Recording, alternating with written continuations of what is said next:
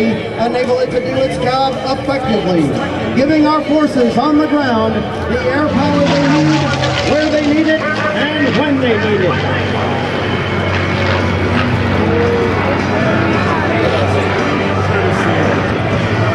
Well, ladies and gentlemen, if you look high overhead, you'll see Dale Snort Snodgrass, the pilot of that beautiful P-51 Mustang. It's owned by Chris Baranaskas of the Warbirds Over Long Island. The P-51 Mustang is one of over 15,000 that were built, and about 150 remain flying in the world today. That's 1%. And let me say a great big thank you to Tech Sergeant Matt Harris with the A-10 Thunderbolt 2. Nice job, bud. I'm sure you guys will be back because we got a heritage flight coming, right? Excellent. Now, if we keep our eyes on the P-51, let me tell you a little bit about the pilot. Dale Snodgrass went to the University of Minnesota on a Naval ROTC scholarship.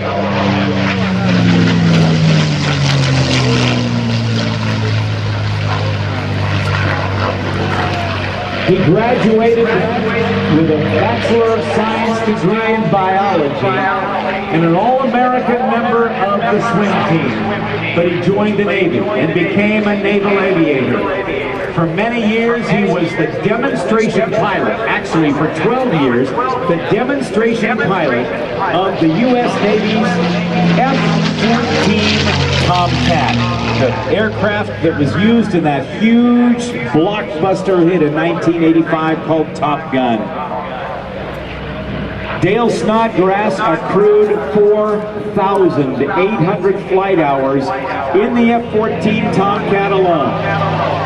And since the F-14 was retired back in 2006 on September 22nd, he will remain the all-time F-14 Tomcat pilot, all-time high-time F-14 Tomcat pilot, as he flies this beautiful P-51 Mustang here at Andrews Air Force Base today as part of the 2009 Joint Service Open House. Now, this is a great time to get the cameras because you can see this incredibly powerful airplane that had a maximum speed of about 425 miles per hour. It was actually developed at the request of the British Purchasing Commission, because in 1940 the Royal Air Force was using some American-built airplanes, some Curtiss P-40 Warhawks, as frontline fighters alongside their Spitfires and their Hurricanes. And when the Royal Air Force needed more P-40s and Curtiss couldn't keep up with the production, they went to the President of North American Aviation and said to Dutch Kindleberger, we want you to build P-40s under license.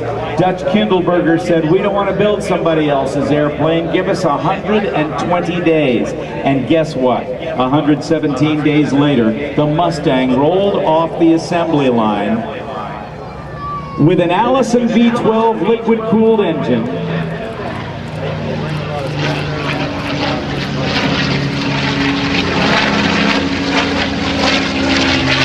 the same type of engine in the P-38 Lightning and the Curtiss P-40 Warhawk.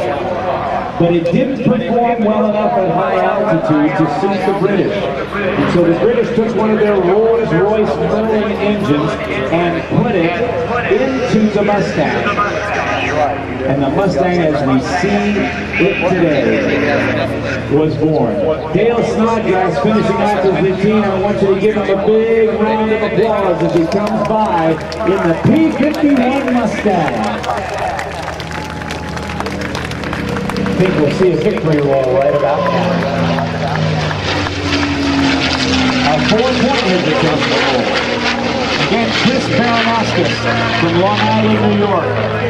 He's the owner of that airplane, and he brought it down. And we're so glad that Chris is with us this weekend. coming up in just a moment. We're going to be turning things over to your United States Air Force's F-22 Raptor. Tech Sergeant Gabriel Sistron is going to take to the sky as we once again remind you about Texas on Tour, taking that virtual trip to the Lone Star State. Stop by the Texas on Tour experience. Well, Gabe, is it about time? Yeah, all right, yeah. Yes, Robert is taking place. All right, ladies and gentlemen, welcome Tech Sergeant Gabe Mozart Sistron, narrator for your United States Air Force's F-22 Raptor demonstration. Ladies and gentlemen, good afternoon, and on behalf of your United States Air Force, General John Kelly, and all of Air Combat Command, we welcome you to today's performance by your F-22 Raptor demonstration team. Major David Zixkalitzky from Minneapolis, Minnesota is flying today's demonstration. He was assisted today by his safety observer, Captain Rock Lang.